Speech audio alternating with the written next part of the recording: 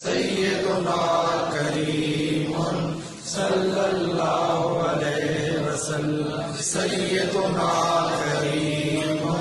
صلی اللہ علیہ وسلم، سیدنا کریم صلی اللہ علیہ وسلم، سیدنا کریم صلی اللہ۔ دارالعلوم محمدیہ غوثیہ بھیرا شریف سے خصوصی رمضان ٹرانسمیشن زاد الطالبین۔ بسم اللہ الرحمن الرحیم، الحمد للہ رب العالمین، والصلاة والسلام علی سید الانبیاء والمرسلین وعلی آلہ واصحابہ وعترتہ اجمعین۔ معزز سامعین و ناظرین، پروگرام زاد الطالبین کے ساتھ رمضان المبارک کی پرنور ساعتوں میں ہم آپ کی خدمت میں حاضر، ایک اور پروگرام، ایک اور امید کی کرن، ایک اور خیر کی بات، ایک اور خوبصورت ملاقات اپنے اساتذہ کے ساتھ، مرکزی دارالعلوم محمدیہ غوثیہ بھیرا شریف کے جلیل القدر ان بزرگوں کے ساتھ جن کی نصف صدی کی زندگی خدمت دین میں بسر ہو رہی ہے۔ لیکن اس طرف جانے سے پہلے ایک ابتدائی بات آج سن لیجئے۔ حضور صلی اللہ علیہ وسلم کی محبت سرمایہ ایمان اور اصل ایمان ہے، اور حضور کی محبت کے بغیر نہ ایمان کامل ہوتا ہے، نہ صراط مستقیم نصیب ہوتی ہے۔ لہٰذا رمضان المبارک میں یہ تہیہ بھی کرتے چلیں کہ سرکار دو عالم صلی اللہ علیہ وآلہ وسلم سے خوب محبت کریں، حضور کا خوب ذکر کریں، اپنی آنکھوں کو وضو کروائیں، درود و سلام پڑھیں۔ آئیے آپ کو اختصار سے ایک واقعہ سناؤں۔ مصر کے ایک عظیم مبلغ، واعظ، خطیب، جنہوں نے بہت سے نوجوانوں کی زندگیوں کو بدل دیا، ان کا نام شیخ عمر خالد ہے۔ وہ ابھی بھی موجود ہیں اور مصر میں گفتگو کرتے ہیں۔ میں نے ایک دفعہ ان سے سنا، کہنے لگے میری زندگی کیسے تبدیل ہوئی، میں کیسے صراط مستقیم پہ آیا اور کیسے میری آواز میں اتنا اثر پیدا ہوا۔ میں مصر میں رہتا تھا اور اپنے شب و روز گزار رہا تھا، کوئی ایسی مشکل پیش آئی جس نے مجھے مصر کو چھوڑ کے باہر نکلنے پہ مجبور کیا۔ میں نے سوچا میں کس ملک کا سفر کروں، تو سوچتے سوچتے جب سوچ ادھر جاتی ہے، روشنی روشنی ہر سمت بکھر جاتی ہے۔ میں نے مدینہ منورہ کا سفر کیا، اور شیخ عمر خالد کہتے ہیں 40 دن میں حضور کے مدینے میں رہا اور سرکار دو عالم صلی اللہ علیہ وسلم کی مسجد نبوی میں رہا، اور میں نے 40 دن کا اعتکاف کیا۔ ہر روز فجر پڑھنے کے بعد میں باہر نکلتا، ناشتہ کرتا، اور کچھ اپنا کھانا کھانے کے بعد 9 بجے میں مسجد نبوی میں پہنچتا۔ رات 9 بجے تک میں اپنا وقت مسجد نبوی میں گزارتا، وہیں نمازیں پڑھتا۔ وہ مسجد جہاں ہمارے کریم آقا صلی اللہ علیہ وسلم نے زندگی کے شب و روز گزارے، جہاں اپنے صحابہ کی تربیت فرمائی، میں اسی مسجد کی فضاؤں میں جیتا رہا، اور نمازیں اور درود پاک اپنے پاک نبی صلی اللہ علیہ وسلم پر پڑھنے کے ساتھ ساتھ میں نے ایک معمول بنا لیا کہ اس دور میں باب سیدنا عمر فاروق جو مسجد نبوی کا ہے، وہاں ایک بڑا خوبصورت مکتبہ اور لائبریری ہوا کرتی تھی۔ میں سارا دن اس لائبریری میں گزارتا، حضور کی مسجد میں مطالعہ کرتا، اور ان 40 دنوں میں میں نے حضور کی سیرت اور 70 صحابہ کرام کی سیرت کا مطالعہ حضور کی مسجد میں بیٹھ کے کیا، اور ان 40 دنوں نے میری زندگی کو بدل کے رکھ دیا۔ میری آنے والی پوری کی پوری زندگی نور کی زندگی ہے، خیر کی زندگی ہے۔ یہ وہ 40 دنوں کا فیض ہے جو میں نے مسجد نبوی میں گزارے۔ کہتے ہیں جب واپس 40 دنوں کے بعد میں مصر آیا تو اقرا چینل، جو عربی کا ایک مشہور چینل ہے، انہوں نے مجھ سے رابطہ کیا اور کہا کہ تم آؤ اور ہمیں کوئی پروگرام ریکارڈ کرواؤ۔ تو میں نے وَنَلْقَى الْأَحِبَّةَ کے نام سے ایک پروگرام ریکارڈ کروایا، جس میں محبوبوں کی ملاقات کی بات تھی، اور میں نے 70 صحابہ کا تذکرہ کیا، وہی جن کی سیرت کو میں نے مسجد نبوی میں تیار کیا تھا، اور وہاں سے علم و فضل کا ایک سلسلہ آگے بڑھتا چلا گیا۔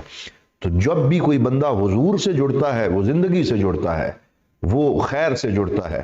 وہ برکتوں کے راستے پہ آ جاتا ہے۔ درود پڑھیے اور اپنے رمضان المبارک کے ان ایام کو حضور صلی اللہ علیہ وسلم کے ساتھ تعلق مضبوط کرنے میں لگا دیجئے۔ دعا مانگیے اللہ تعالی ہمیں بھی مسجد نبوی کا اعتکاف، مسجد نبوی کی بہاریں اور مسجد نبوی کی حاضری عطا فرمائے۔ آئیے آج کے اس پروگرام کے آغاز میں تلاوت قرآن حکیم سنتے ہیں اپنے دارالعلوم محمدیہ غوثیہ بھیرا شریف کے ہونہار طالب علم محترم قاری محمد بلال صاحب تلاوت قرآن حکیم فرمائیں گے۔ أعوذ بالله من الشيطان الرجيم.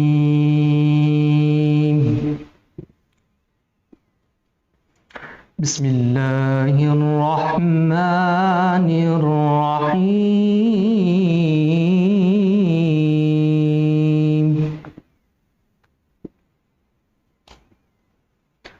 الحمد لله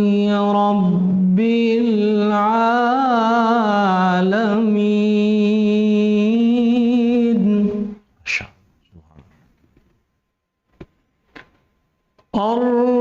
الرحمن الرحيم مالك يوم الدين.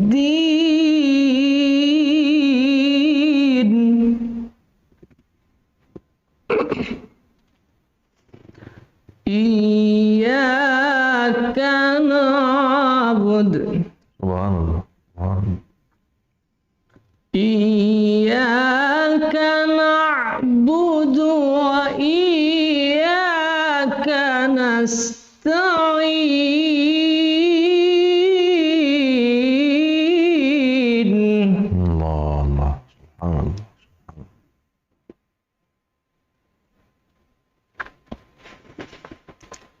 الحمد لله رب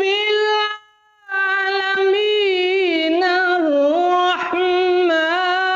الرحيم مالك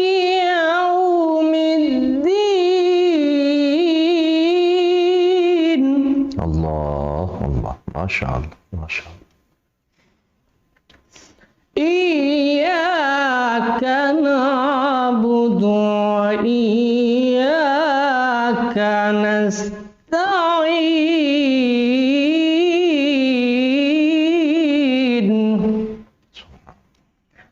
اهدنا الصراط المستقيم.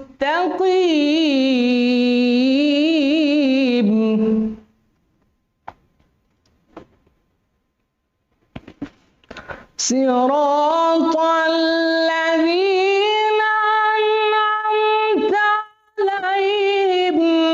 غير المغضوب عليهم ولا الضالين.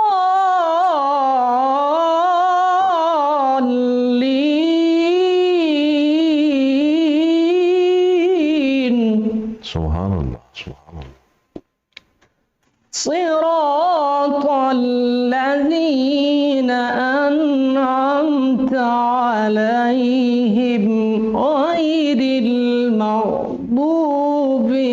عليهم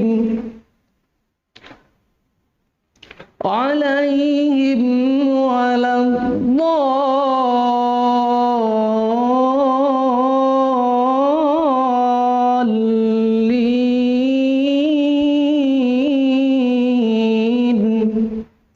صدق الله العظيم.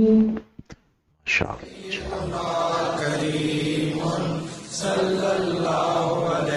حضرات محترم، آپ نے تلاوت قرآن حکیم سماعت فرمائی. بڑے ہی خوبصورت انداز میں قاری محمد بلال صاحب نے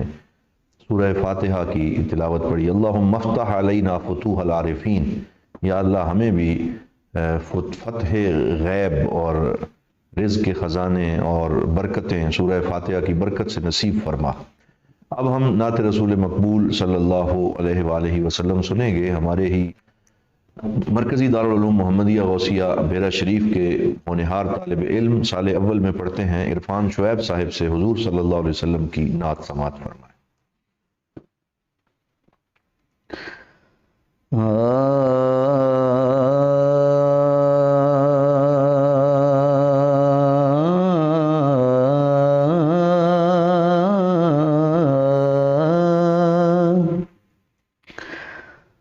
کوئی سلیقہ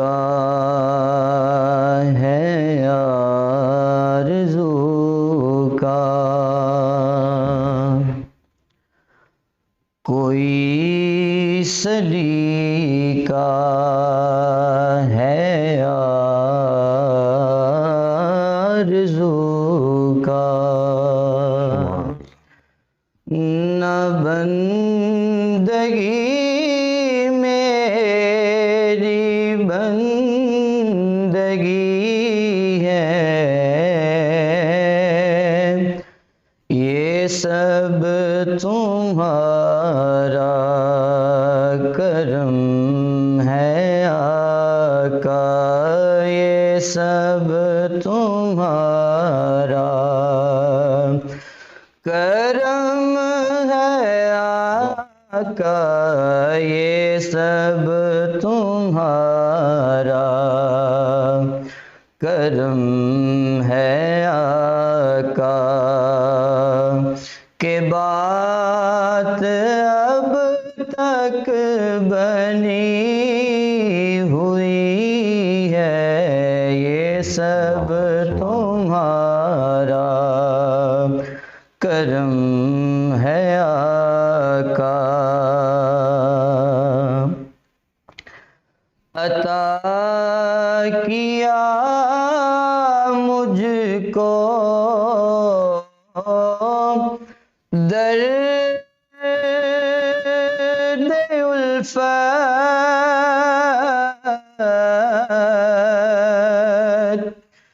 کہاں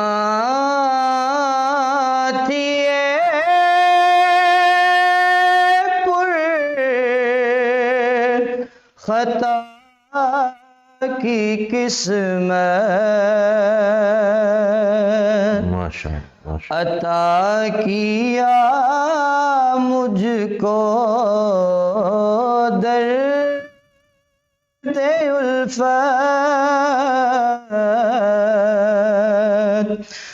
کہاں تھی پر خطا کی قسمت، میں اس کرم کے کہاں تھا قابل، میں اس کرم کے کہاں تھا قابل، حضور کی بندہ پروری ہے، یہ سب تمہارا کرم ہے آقا۔ بشیر کہیے، نذیر کہیے،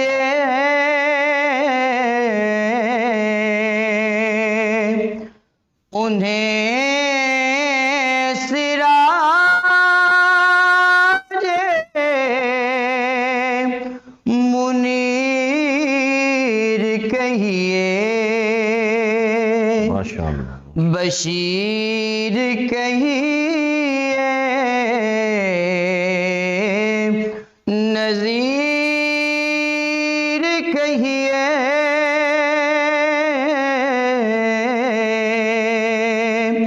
انہیں سراج منیر کہیے، جو سر بسر ہے کلام ربی، جو سر بسر ہے کلام ربی، وہ میرے آقا کی زندگی ہے، یہ سب تمہارا کرم ہے آقا۔ اور مکتا یہی ہے خالد اساس رحمت،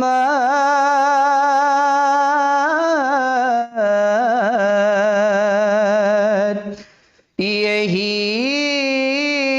ہے خالد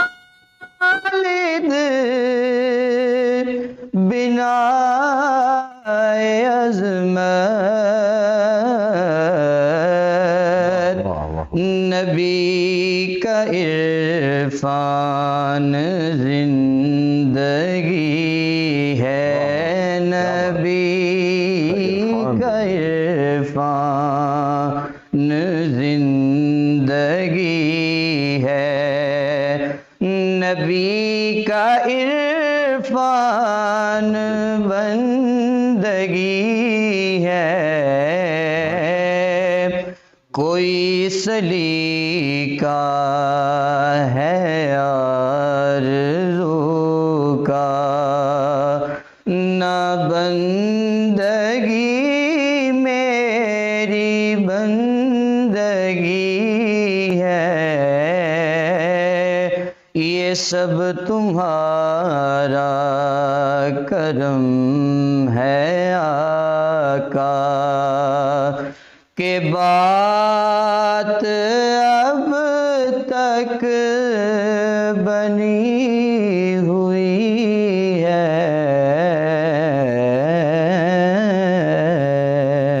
ماشاءاللہ۔ حضرات محترم، آپ نے عرفان شعیب صاحب سے نعت رسول مقبول صلی اللہ علیہ وسلم سماعت فرمائی۔ اب ہم گفتگو کو آگے بڑھانے سے پہلے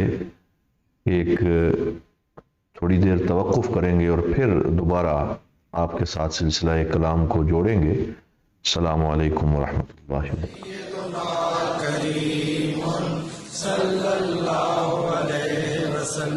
سیدنا کریم صلی اللہ علیہ وسلم، سیدنا کریم صلی اللہ علیہ وسلم، سیدنا کریم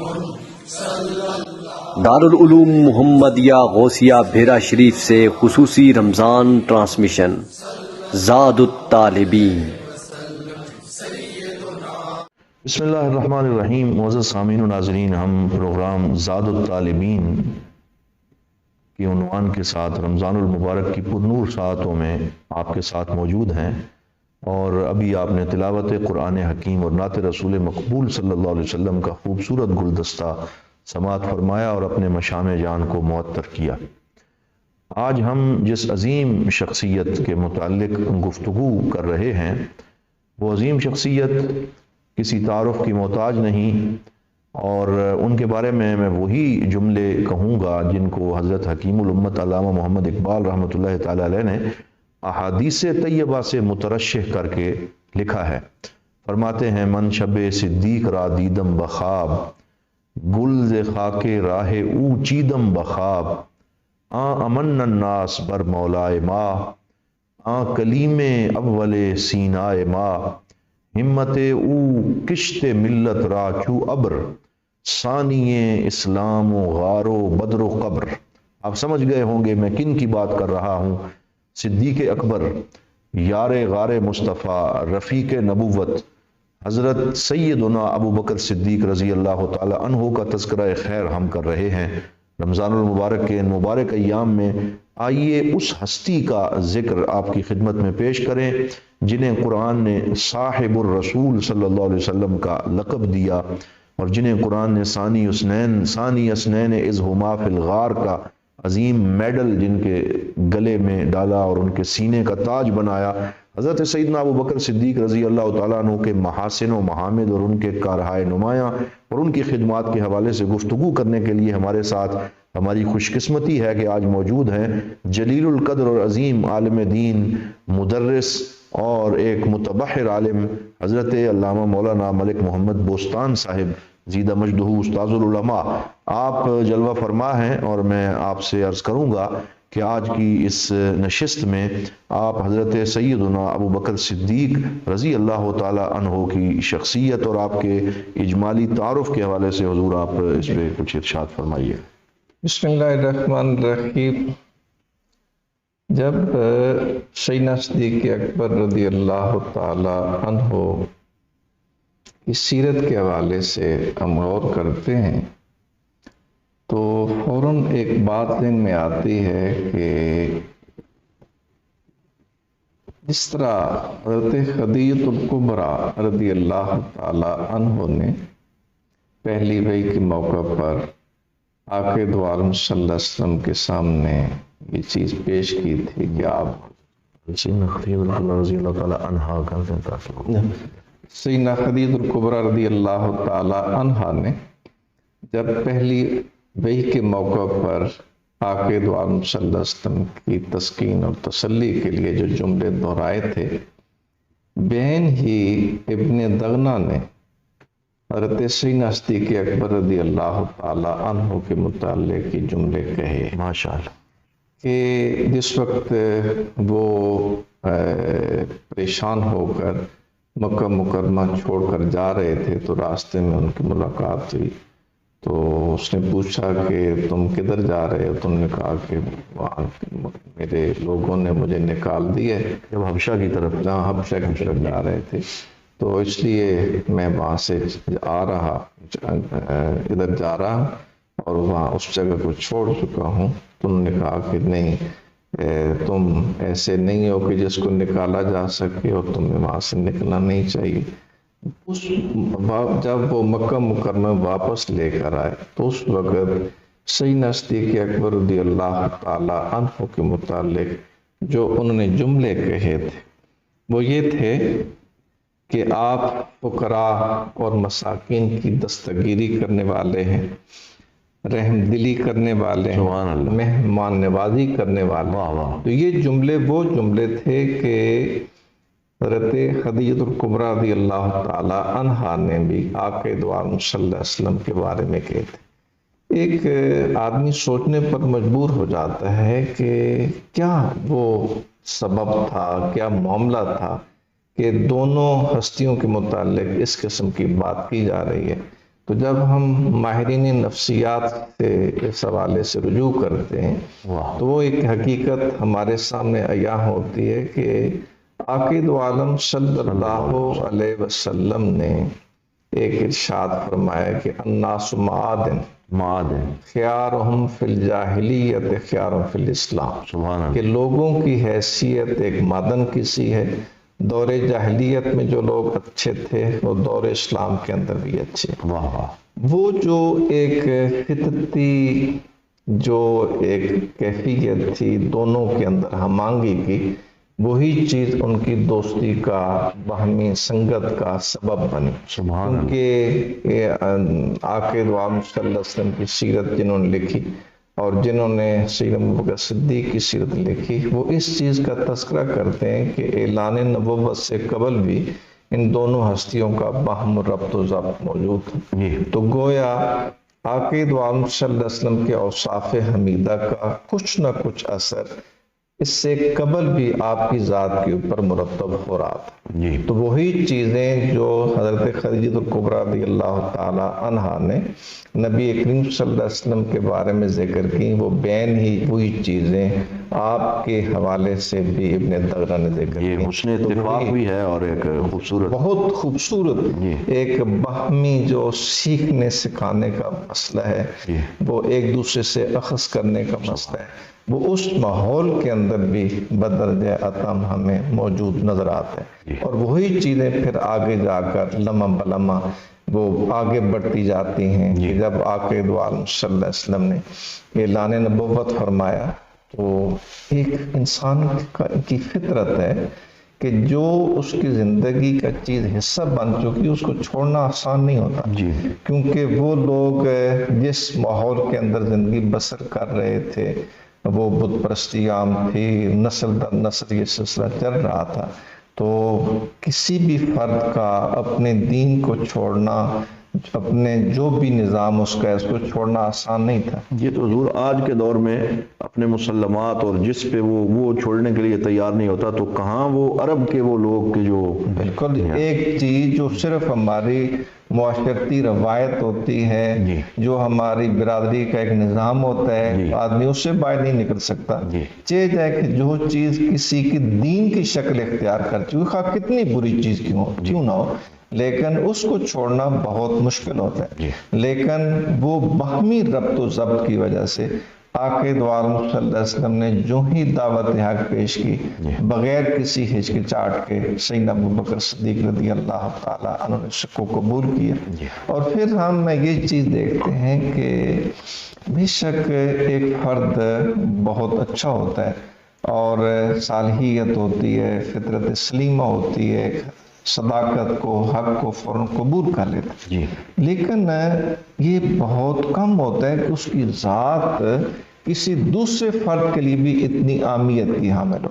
دوسرے افراد اپنے نظریات کو چھوڑنے کے لیے فوراً تیار نہیں ہوتے، اس سے اثر قبول کرنے پر تیار نہیں ہوتے۔ جی لیکن آقا دو عالم صلی اللہ علیہ وسلم کے اس پیارے صحابی کو اللہ تعالیٰ نے یہ بھی شرف بخشا ہے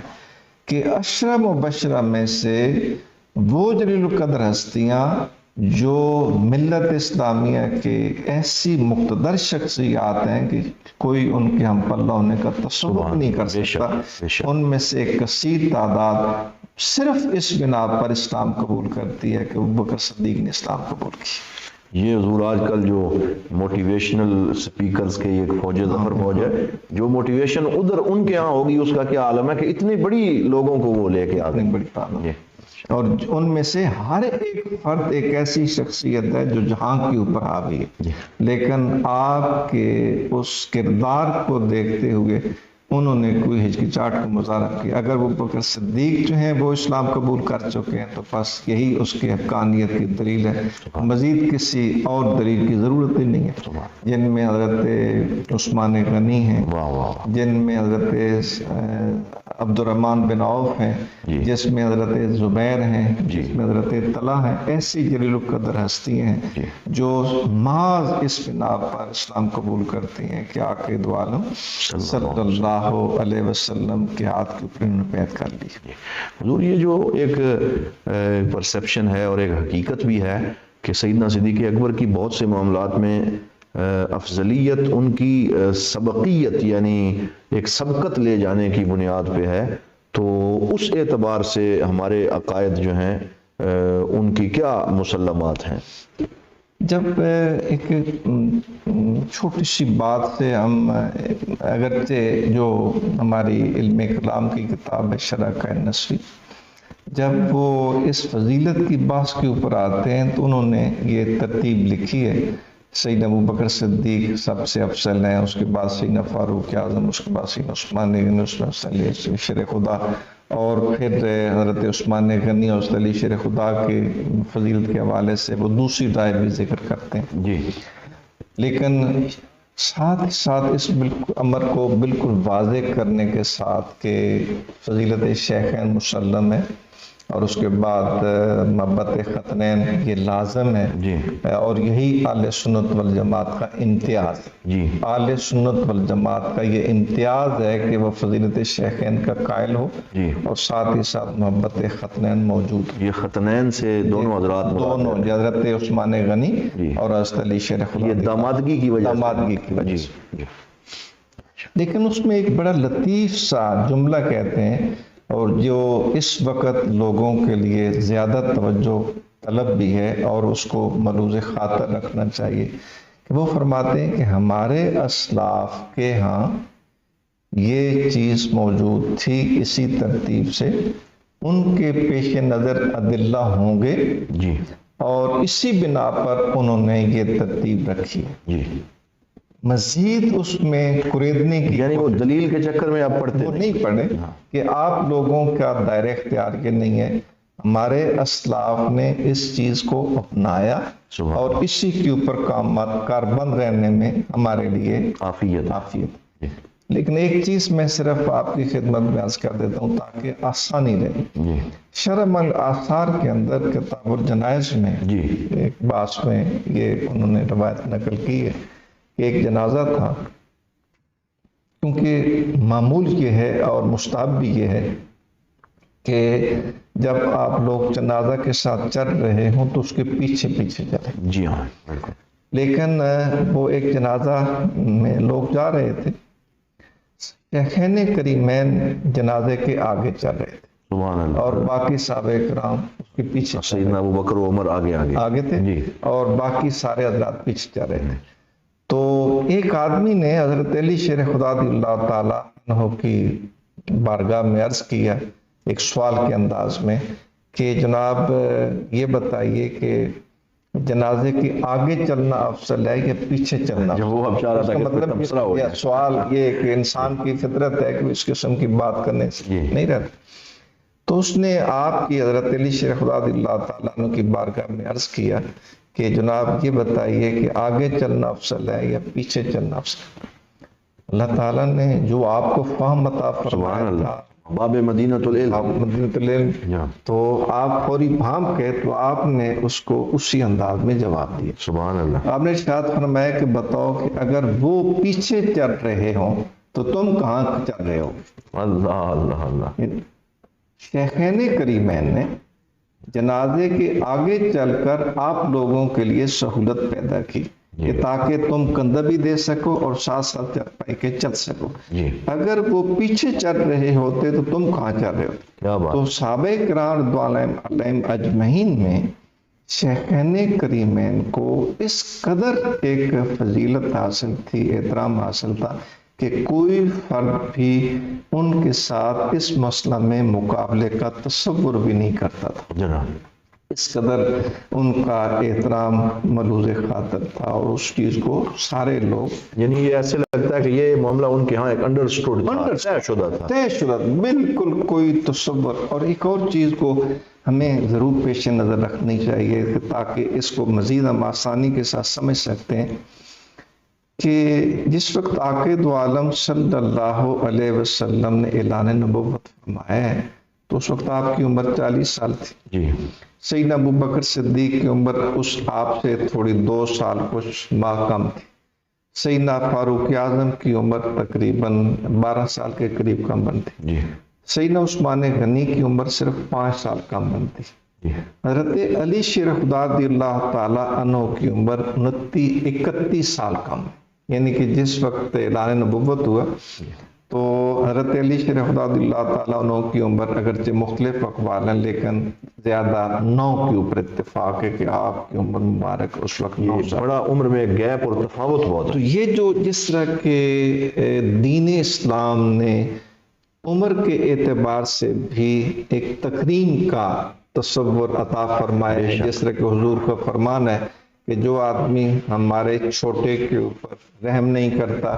جو ہمارے بڑے کی تعظیم نہیں کرتا، اس کا ہمارے ساتھ کوئی تعلق یہ حضور واسطہ بڑا اہم نقطہ ہے، اور ہماری آج کل جو عوام ہے اور جس طریقے سے ان کو ایک کمپین لانچ کی ہوئی ہے لوگوں نے اور ایک گروپنگ سی ہے، تو اس میں ان مسائل جو بالکل ایک فطری نوعیت کے ہیں ان کو پیش نظر نہیں رکھا جا رہا۔ یہ چیز کہ بعض اوقات ایک آدمی کو ایسی گفتگو سننے کا موقع ملتا ہے یا بات سننے کا موقع ملتا ہے کہ ایک آدمی ہکا بکا ہو جاتا ہے کہ جس ہستی کے متعلق تم یہ بات کر رہے ہو، کیا اس نے بھی کبھی سوچا ہوگا کہ میری طرف جو بات منسوب کی جا رہی ہے کیا میری زبان سے یا میرے رویے سے یا میرے عمل سے کسی حوالے سے کوئی بات واقع ہو سکتی ہے؟ جتنے بھی صحابہ کرام رضوان علیہم اجمعین کی اگر آپ سیرت پڑھیں گے، اس قدر احترام ایک دوسرے فرد کے لیے، اس قدر تکریم کہ اگر عاقد عالم صلی اللہ علیہ وسلم کی زبان سے کسی بھی صحابی کے حوالے سے کوئی ایسی بات نکلی جس میں تکریم کا پہلو تھا تو وہ صحابہ کرام بڑے پرجوش انداز میں اس کو مبارکباد پیش کیا کرتے تھے۔ گویا کہ حضور وہ رحماء و بینہم کا ایک پورے عملی تصویر وہ معاشرہ تھا۔ تو حضور اس میں صرف 1-2 منٹ کا ایک مزید جو میں چاہوں گا کہ آپ اس پہ کلام فرما دیں کہ یہ جو کتاب الفضائل اور کتاب الخلافات کو ہوا دینے کا رجحان پاکستان میں ایک آندھی طوفان کی طرح زور پکڑ گیا ہے، اور ایسے لگتا ہے کہ علماء کے پاس کوئی موضوع ہی اور نہیں رہا، اور علماء عوام کی تربیت کرنے کے بجائے اور ان کو مسائل دین جو مبادیات اور اصول ہیں وہ سکھانے کے بجائے، یعنی لوگوں کو تو نماز روزے کا طریقہ بھی نہیں آتا، پوری تقریریں کتاب الفضائل اور کتاب الخلاف پہ ہو رہی ہیں۔ تو حضور کیا آپ سمجھتے ہیں کہ جو دیگر اہم مسائل ہیں ان کو چھوڑ کر علماء کا ان چیزوں پہ زور دینا، اس سے معاشرے میں ایک جو عدم توازن آ رہا ہے اس میں میں سمجھتا ہوں کہ ایک نفس مسئلہ کو سمجھنا چاہیے، ایک حقیقت کو جاننا چاہیے جی کہ اگر یہ کہ فطرتی بات ہے محبت کے حوالے سے کہ ایک آدمی کے اندر جو طبی میلان ہے، ایک آدمی مرد میدان ہے، وہ شجاعت کا پیکر ہے، وہ ایسے فرد سے فطرتی طور پر محبت کرتا ہے، ایک آدمی سخاوت کا علمبردار ہے تو وہ اس سے، تو اس کی چیزیں امکانات یعنی فطری نسبتیں جدا جدا ہو سکتی ہیں، ایسا کوئی مسئلہ نہیں۔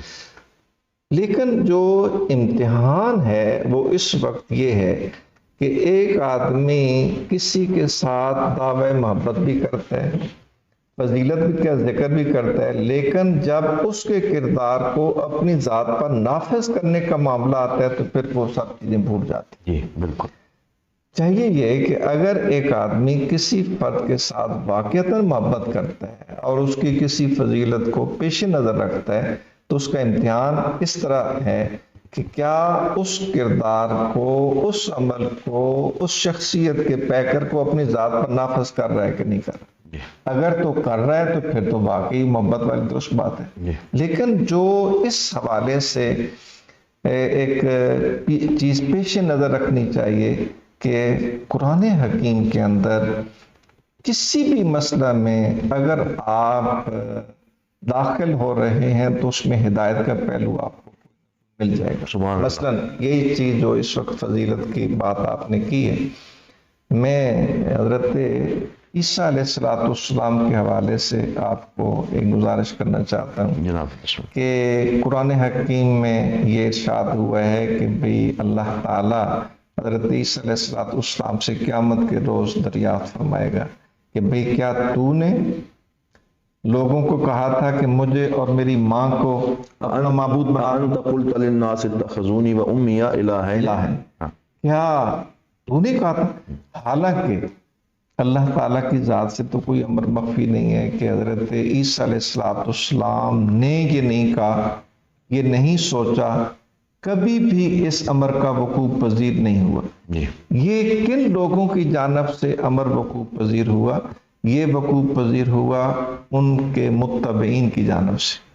ان سے محبت کرنے والے یا جو ان کے اوپر ایمان رکھنے والے۔ لیکن ایک ایسی بات جو اس نبی اور رسول نے کبھی بھی اپنی زبان سے ادا نہیں کی،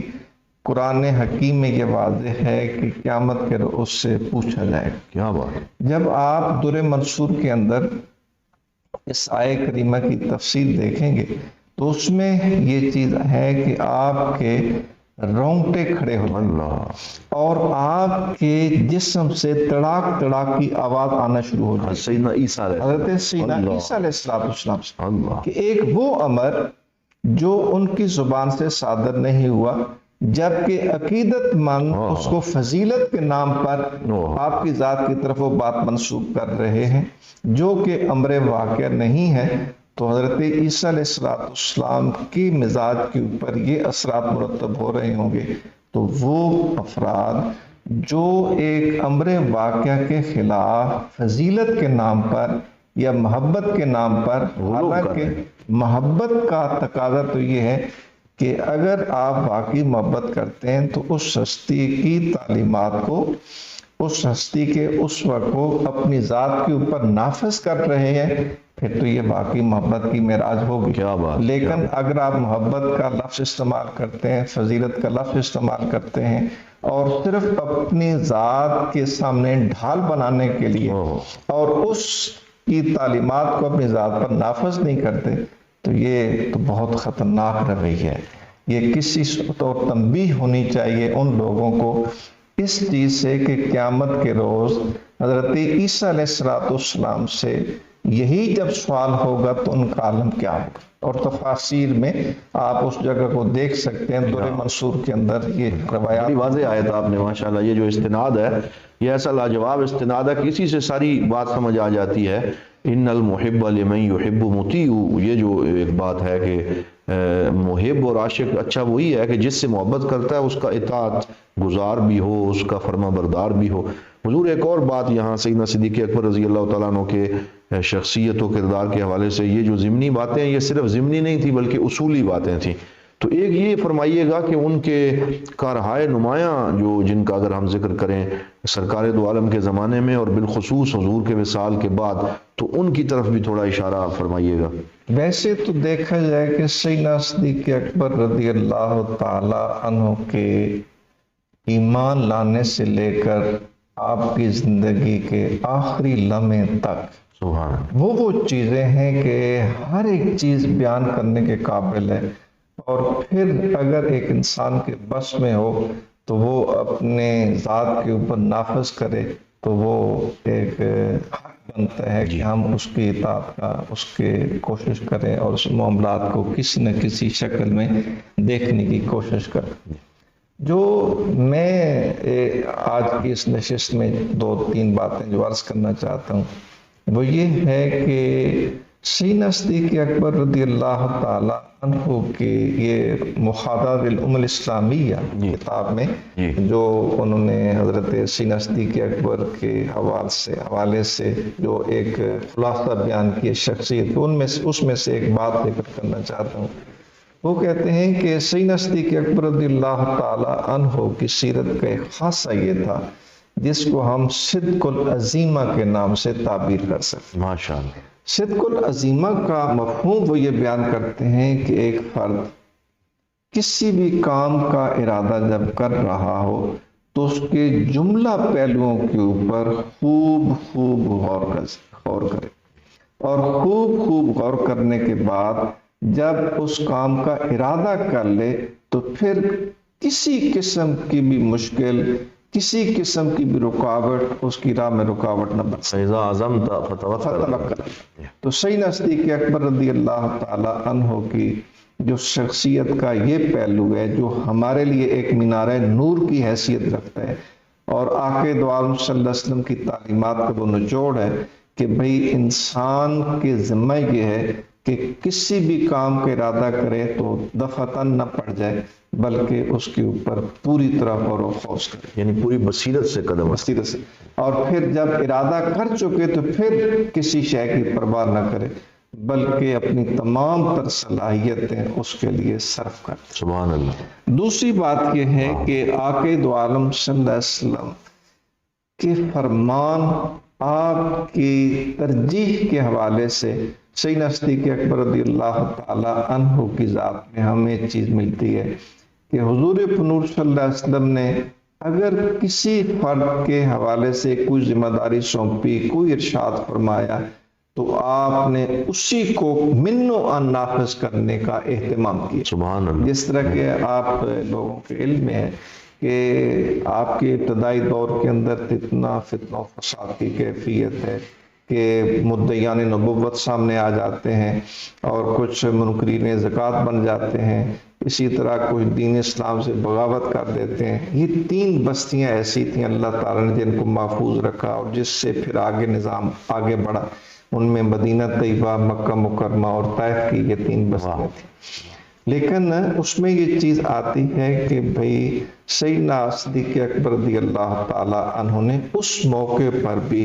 اگر کسی معاملے میں سر دو عالم صلی اللہ علیہ وسلم کا کوئی فرمان ہے تو اس سے سر منہ انحراف نہیں کیا، کچھ بھی ہو جائے۔ جس طرح کہ حضرت اسامہ رضی اللہ تعالی عنہ کی قیادت میں لشکر کا روانہ کرنا، پھر آپ ہی کو قائد بنانا، حالانکہ وہ حالات ایسے تھے بظاہر کہ جس میں اس سے ہٹ کر رائے بنائی گئی، مطالبہ کیا گیا، گزارش کی گئی، اصرار کیا گیا، لیکن آپ نے فرمایا کہ جو آقا دو عالم صلی اللہ علیہ وسلم علم باندھ گئے ہیں ابو بکر نہیں کھولے گا، جس کو آپ قائد بنا گئے ہیں اس میں کسی قسم کی کوئی تبدیلی نہیں ہوتی۔ جس وقت کچھ اموال آئے تو آپ نے سب سے پہلے جو اعلان کروایا کہ اگر کسی کے ساتھ آقا دو عالم صلی اللہ علیہ وسلم نے کوئی وعدہ کیا تھا وہ آ جائے اور آپ کا وعدہ پورا کر۔ کیا بات۔ تو اس میں سر دو عالم صلی اللہ علیہ وسلم کی زبان اقدس سے کوئی بھی نکلی ہوئی بات، کوئی ارشاد، اس کی پوری طرح تکمیل کرنے کا اہتمام یہ بھی سیدنا ابو بکر صدیق رضی اللہ تعالی عنہ کو خاص۔ تیسری بات یہ ہے کہ ہم اگر آپ کی اس دورانی تھوڑا سا 2 سال چند ماہ کا دورانی ہے، اس میں اگر ہم چیز دیکھتے ہیں تو وہ یہ ہے کہ بر وقت اقدام کرنا، سبحان اللہ. یہ بھی آپ کا ایک خاصہ تھا.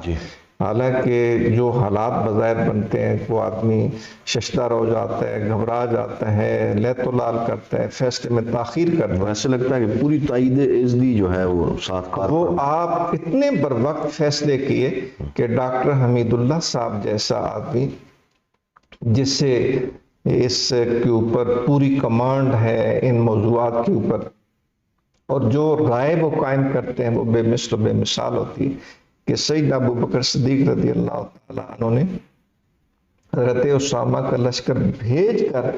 گویا اس نئی مملکت کی حفاظت کا اہتمام کیا. اگر اس موقع پر نہ بھیجتے تو پھر وہ زیادہ لوگ جری ہو جاتے جو بھی قبائل کے حملہ کا سوچ رہے تھے یا نقصان پہنچانے کا سوچ رہے تھے، بغاوت کا سوچ رہے تھے. جب وہ لشکر بھیجا گیا اس نے بھی بے شمار قبائل کو اپنی جگہ پر ساکت و جامد کر دیا، اور پھر جو واپس آئے تو پھر تو فتوحات کا سلسلہ شروع. اس میں حضور آخر میں آپ تھوڑا سا جو ان کی شخصیت کے کچھ جو مترشح ہونے والے کچھ دروس ہیں کہ جو آج بھی امت جن سے سبق سیکھے اور اپنے نظام العمل کو درست کرے، اپنی خامیوں اور کجیوں کی اصلاح کر لے، تو وہ کون سے بنیادی دروس جو آپ سمجھتے ہیں کہ صرف اس کی جو ایک بنیادی باتیں ہیں اس کی ہو جائے؟ تو اس میں جناب جو سب سے پہلے جو چیز ہے بحیثیت مسلمان، وہ تو حضرت سیدنا صدیق اکبر رضی اللہ تعالی عنہ کی سیرت سے بھی جو چیز ہمیں ملتی ہے بحیثیت عام انسان کے اعتبار سے، کہ دین کے ساتھ وابستگی رسمی نہیں، بلکہ جس طرح اس کا حق ہے انسان کو دین کے ساتھ وابستگی اس انداز میں رکھیں. جب تک آپ اس انداز میں معاملات نہیں کرتے، نہ اللہ کا حق ادا کر سکیں گے اور نہ ہی رسول اللہ صلی اللہ علیہ وسلم کا حق ادا کر سکیں گے. سب سے پہلی چیز تو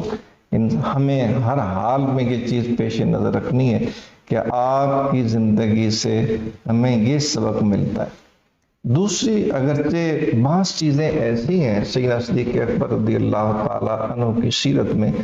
جو ایک عام درجے سے بہت بلند ہیں، جس طرح کہ میں اکثر طلباء کو یہ بات سمجھانے کی کوشش کرتا ہوں کہ آقا دو عالم صلی اللہ علیہ وسلم کی ذات کو سراپا ہدایت سمجھ کر اگر آپ سیرت کو پڑھیں گے تو آپ کے لیے آسانی ہوگی. اگر آپ اس سے ہٹ کر کوئی بات کریں گے تو پھر آپ کے لیے دقت ہوگی. جس طرح کے سیدنا صدیق اکبر رضی اللہ تعالی عنہ جیسا ہر کوئی نہیں ہو سکتا، سبحان اللہ، لیکن سر دو عالم صلی اللہ علیہ وسلم نے جب آپ کے ساتھ معاملہ کیا تو اس وقت ان لوگوں کے لیے بھی سبق چھوڑا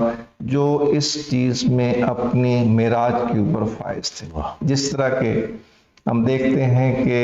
ایک صحابی آتے ہیں، ان کے پاس سونے کا چھوٹا سا ٹکڑا ہے، وہ پیش کرتے ہیں، آپ قبول نہیں فرماتے، پھر پیش کرتے ہیں، قبول نہیں فرماتے، پھر پیش کرتے ہیں. چوتھی دفعہ آپ اس کو پکڑتے ہیں تو آپ پکڑ کر اس کی طرف پھینکتے ہیں اور ارشاد فرماتے ہیں کہ جو کچھ ہوتا ہے وہ لے آتے ہیں اور پھر لوگوں کا دامن پکڑ لیتے ہیں. اور وہاں آپ نے ارشاد فرمایا تھا کہ بہترین صدقہ وہ ہے ان ظہر غنن،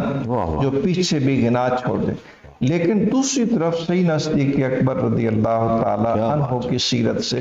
جو چیز سمجھ آتی ہے، اور وہ ان لوگوں کے لیے ایک معیار کا درجہ رکھتی ہے کہ جو توکل میں اس مقام کے اوپر فائز ہیں، جو للہیت میں اس مقام کے اوپر فائز ہیں، کہ جتنے بھی، اسی لیے جو ہمارے ایک اہل سنت والجماعت کے اندر ایک معمول ہے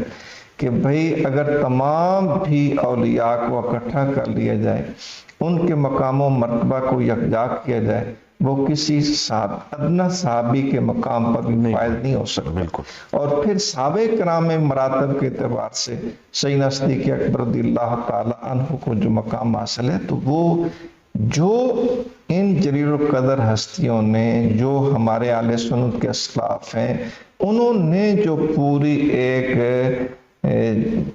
مکمل تحقیق کے بعد، پورا تجزیہ کرنے کے بعد ایک رائے قائم کی ہے، تو اس کے حقائق پر مبنی تجزیہ ہے، کیونکہ سیدنا صدیق اکبر رضی اللہ تعالیٰ عنہ کی سیرت کے اس پہلو میں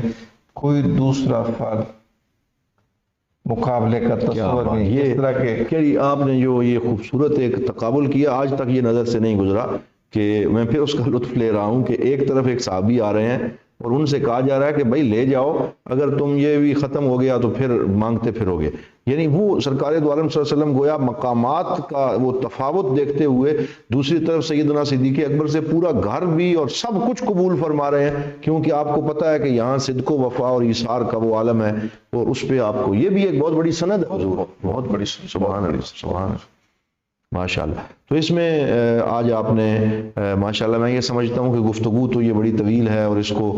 جتنا بھی آگے بڑھایا جائے سیدنا صدیق اکبر رضی اللہ تعالیٰ عنہ کی ذات پہ کیسے یہ بات ختم ہو سکتی ہے، لیکن چند کلیدی باتیں میں سمجھتا ہوں جو آج کے اس دور کے لیے بڑی ضروری ہیں، وہ استاد گرامی نے ارشاد فرمائی. آئیے ہم بھی تمام اہل بیت اطہار اور تمام صحابہ کرام رضوان اللہ تعالیٰ علیہ مجمعین کے ساتھ اپنی نسبتوں کو مزید پختہ کریں اور مطالعہ کریں. اور یہ جو آپ نے دیکھے ہوں گے کہ کیسے کیسے موتی اور کیسے خوبصورت نکات جو کہ کتابوں میں مستور ہیں اور ہمارے ائمہ اور بزرگان دین نے لکھے ہیں، اگر ان کو پڑھا جائے اور مطالعہ کر کے ان کو اجاگر کیا جائے تو پھر صحیح ان حضرات کے مقام سے آگاہی ہوتی ہے. تو دعا ہے اللہ تعالی ہمیں علم و عمل سے ہمارا یہ تعلق اسی طرح مضبوط رہے اور اللہ تعالی ہمیں اخلاص کی دولت نصیب فرمائے. آپ سے ملاقات ہوگی انشاءاللہ کل پھر زاد الطالبین کے ایک نئے پروگرام کے ساتھ، اور آج تک کے لیے اتنا ہی. ہمیں اجازت دیجیے دعاؤں کے ساتھ، اور خوش رہیں، آباد رہیں، رمضان المبارک کے ایام اور ان راتوں کو غنیمت جانیں، ذکر و فکر کے ساتھ انہیں آباد کریں اور قرآن حکیم کی تلاوت کریں، مطالعہ کریں، اور نمازوں کی پابندی کا اہتمام کرتے ہوئے اپنے اہل خانہ کی تربیت کا بھی اہتمام کریں اور کوشش کریں رمضان المبارک کے اندر گھر کا ماحول نورانی رہے اور ذکر و فکر سے آباد رہے. اور یہ جو آج کل موبائل اور ان ساری چیزوں نے ہمیں جکڑ رکھا ہے اور ذکر و فکر کا وقت ہمیں رمضان میں بھی نہیں ملتا، تو اللہ تعالی ہمیں اس میں کچھ بہتری لانے کی توفیق عطا فرمائے. والسلام علیکم ورحمۃ اللہ وبرکاتہ. صلی اللہ علیہ وسلم سیدنا کریم صلی اللہ علیہ وسلم سیدنا کریم صلی اللہ علیہ وسلم سیدنا کریم صلی اللہ. دارالعلوم محمدیہ غوثیہ بھیرا شریف سے خصوصی رمضان ٹرانسمیشن زاد الطالبین.